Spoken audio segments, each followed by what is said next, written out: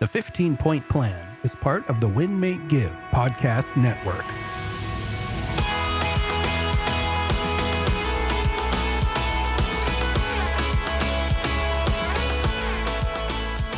Hi, everyone. Welcome to another episode of the 15-Point Plan podcast. I'm one of the hosts, Jacqueline Smith, and I'm here with my co-host, Ryan Gregg.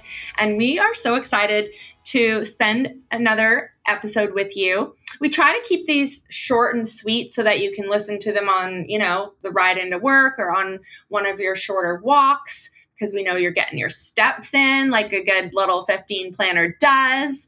But yeah, today we're going to talk about one of my, I don't know if it's my favorite topic, but it's just something that's really on my mind lately. And it's I guess it could fall into the influences category. And really looking at how we're influencing ourselves with our self-talk. And I was sharing with Ryan briefly here, and then we were like, let's just record. I was sharing with Ryan that I actually really struggle with my self-talk. And so if I don't, get around the right people and, specifically around people that are going to lift me up, I can really go into a bad, dark downward spiral really, really quick. And he was like, I didn't know that you dealt with that.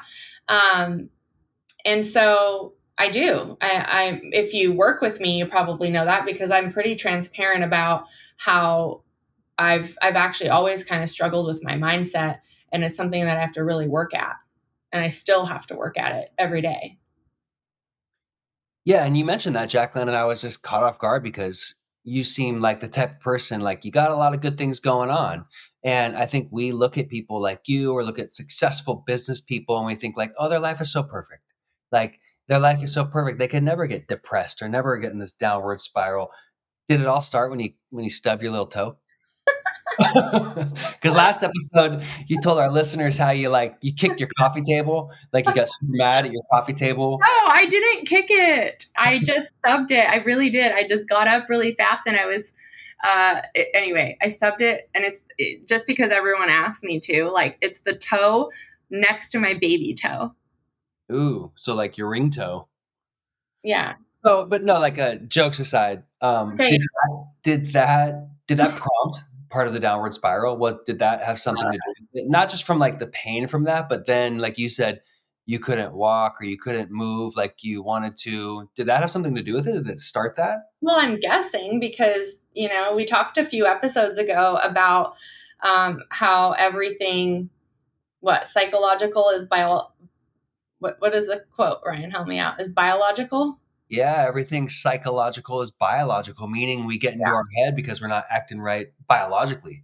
Yeah. So obviously, I ended up breaking my toe, and I haven't been able to work out, at least not the same as I usually do. And so probably I don't have as much of the endorphins, that I would get normally from going outside and doing all the things that I normally would do. And then also, just over the holidays, we weren't in the office as a team. We took a couple weeks off. We do every year, where we're not necessarily off the whole time, but we're not, meeting together. I didn't have coaching calls. And so maybe a little, going back to 15-Point Plan influences, like not having too much time alone and too much time where you're constantly go, go, go. I might have had too much time alone, not having people, lifting me up. That would be another one. Not journaling, just kind of off of my plan. I think you nailed it. I mean, I think it's a combination of all those things, but it can't happen so quickly. One of those things can set the rest of them off. It's like we don't, quote, feel good. We lose the motivation we talked about last week. And then it's so easy to just let the rest of those things go. But you said before we hopped on, started to record, you said you got to find these thoughts that strengthen you. And you mentioned journaling as being a great way to do that, which we know is one of the points from the plan, is just sitting down and writing down your thoughts. And maybe going back to the last episode and asking yourself, how can I get out of my minimal self feelings and into my aspirational self. If I was to write down what it looks like to be my aspirational self, am I going to stay more depressed or am I going to start to get excited? I might start to work my way out of that negative space because I'm saying, hey, here's who I am. Here's what I want to do. Here's who I'm going to be. And I think the number, Jacqueline, there's the acronym ANTS, ANT, automatic negative thought. And the number, I believe, is somewhere north of like 60,000 thoughts that humans have a day. And over 80+% of them are negative. So we really got to be careful about that because that negative self-talk is real. It's real for Jacqueline. It's real for myself. It's probably real for anybody listening to this. We have to be able to combat that. And, another quote I love is like, the grass isn't greener on the other side. The grass is greener where you water it. And if you're not doing anything to get yourself out of those negative self-talk things like journaling, like meditation, like the thoughts that are going to strengthen your mind, you're going to spiral quickly. And it sounds like Jacqueline did it, but she knows the system to get out of it, right? We've all been there. Do we have a system to get out of it? Yeah. Yeah. And now I'll take it a step further, with the journaling, because I actually was journaling, but I wasn't journaling in a constructive way. So I was journaling kind of like a teenager, when I don't know about you, but for teenage girls, at least, or I did, I had the diary, and you just put everything in there. You didn't question it or ask yourself questions about it. Is this true? You just brain dumped. You just dumped in there. It was dear diary. And, you just put it all down, which is good. I think that's actually a starting point. It's better than nothing. But how I normally journal is I journal and then I'm reflecting and I'm challenging my thoughts. And I wasn't doing that. I was just my thoughts are the truth, which often they're not. Right.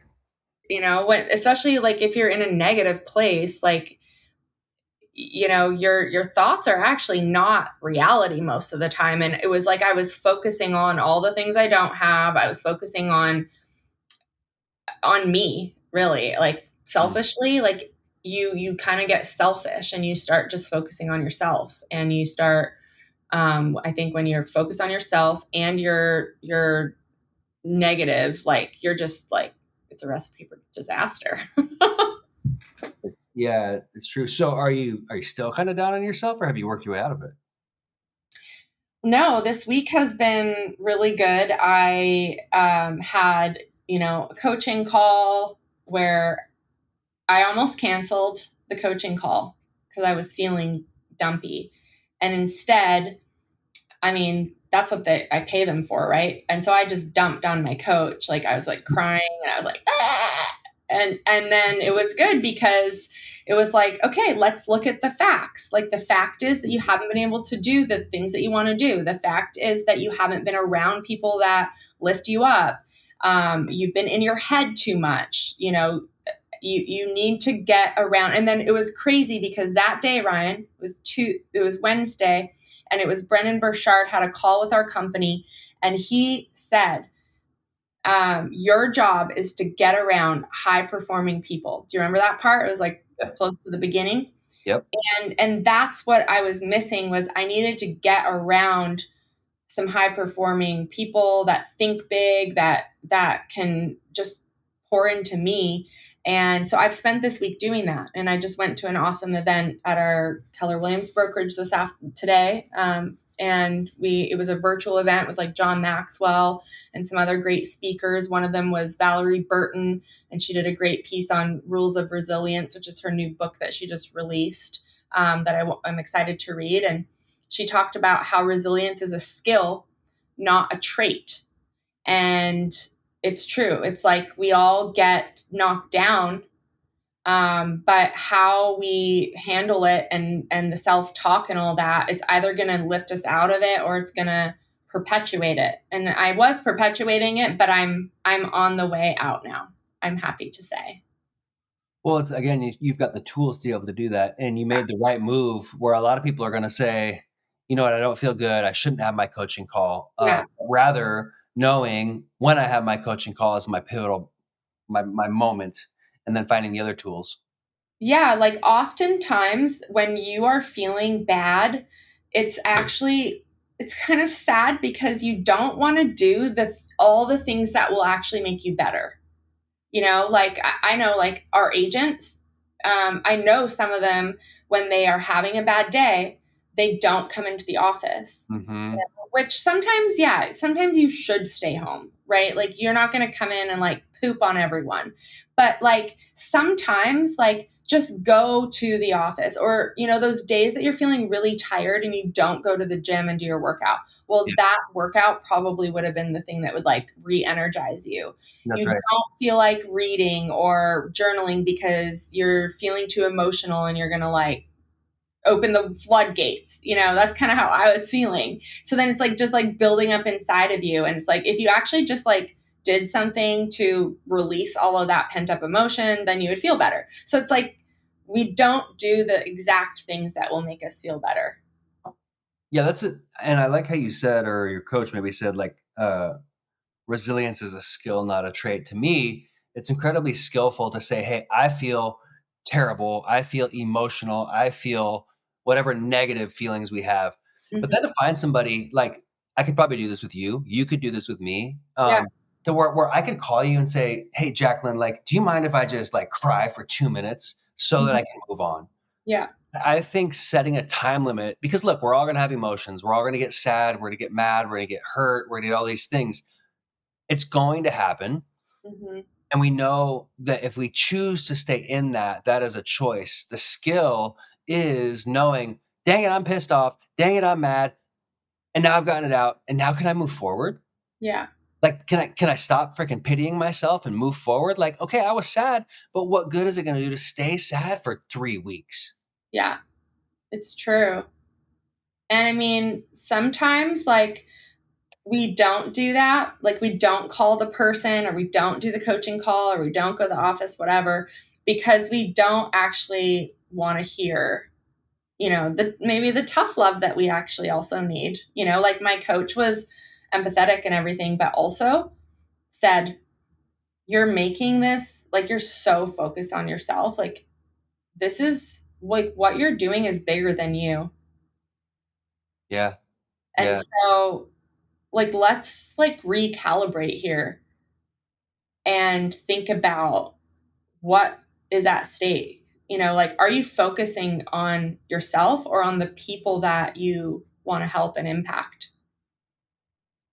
It's a good And that point. was hard, like that's like, shoot, I am focusing on myself. I am having a pity party. I am focusing on what I don't have. Like that sucks to admit. And Like I don't want to admit that. no, nobody does, and it sounds like your coach again, and we've referenced your coach and how they are a quality coach because they ask you questions that allow you to give yourself the answer instead of them telling you what to do. Hmm. But I think there's a high level skill in coaching or in just listening of knowing the difference between saying, "Well, Jacqueline, suck it up, quit being a pity party," Yeah. or maybe sometimes we just need to say, "Hey, if you need to vent for a second, like I'm not going to give you the solution. I don't have the solution, but I'll just listen for you." Yeah. And knowing that like sometimes I'll call my best friend and just say, "Hey dude, can I just like cry for 2 minutes?" Hmm. And he doesn't have to say anything, but you got to be careful when you do that because that influential part, remember there's positive influences and negative influences. If we're always calling somebody crying or complaining, even worse, they might stop picking up the phone. So make sure that you're well balanced with those things. That's so true. And that was one of the things that the speaker Valerie Burton talked about with resilience. She said be authentic and share what you're doing with others. You might not have all the resources that you need, but you might meet someone who does. And she said, speak your dreams.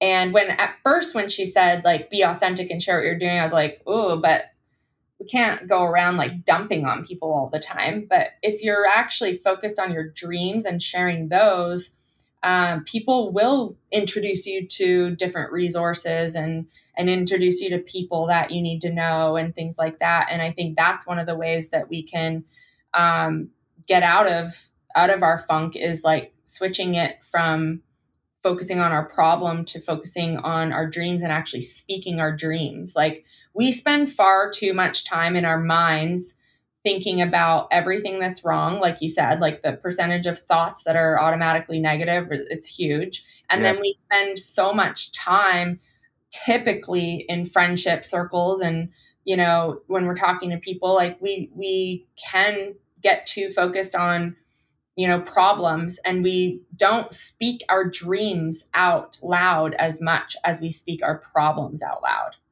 And so I wrote that in all caps on my page here in my notes, like, speak your dreams. Are you speaking those out loud every day? Are you writing about them? Are you journaling about those?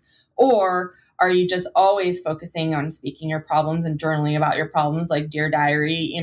What are the dreams that you have? And then your influences, are you spending time with people that help you focus on your dreams more than your problems? Or are you spending time around people that you kind of start focusing on your problems because that's what they're all talking about? Yeah.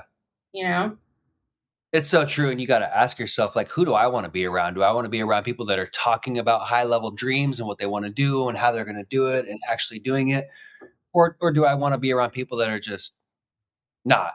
And they're just complaining and being like, nobody wants to be around those people. So stop being those people. We all got to get that stuff off our chest. We're all going to get emotional. We're all going to get sad or angry or hurt or all those things. Let's learn how to have a system to get them out. Let's find those thoughts that strengthen us. Let's write them down. Let's put them into the journal. You can check that influential box. You can check that journaling box. And I love that, Jacqueline. Speak your dreams. Speak your dreams. Find people that are going to help you hit those dreams. Yeah. Good. Well, I hope this was useful to all of you. I hope that if you are struggling, with your internal dialogue, that that you're not the only one. So now you can't stew on that anymore, because I do it too. We're all human, and it's a matter of what we do with it. Like, we all get knocked down. We all have tough times, but how you respond to it is what matters. And speak your dreams, like Ryan said, and check us out on the next episode, and find us online. Ryan Park Greg on Instagram, Jacqueline Ray Smith on Instagram, and we love hearing from you. So if anything in this episode resonated with you, send us a message. That's right. And as always, thank you for listening. We will see you on the next episode. Bye, everyone. Bye, everyone.